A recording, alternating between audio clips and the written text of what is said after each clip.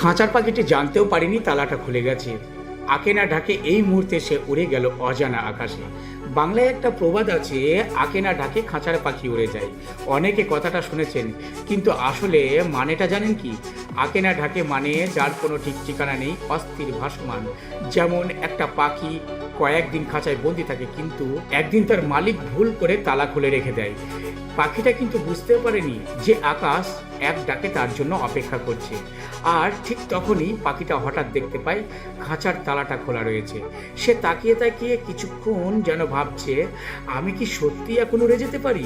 সে কোথায় যাবে, কোন দিকে যাবে, কোনো রকম সিদ্ধান্ত না নিয়েই পাখিটি খাঁচা থেকে বেরিয়ে পড়ে, কারণ সে শুধুমাত্র মুক্তি হতে চায়। এই প্রবাদ আমাদের শেখায়, জীবনের সুযোগ আসে হঠাৎ, কিন্তু ভয় আর সংশয়ে আমরা অনেক সময় থেমে যাই।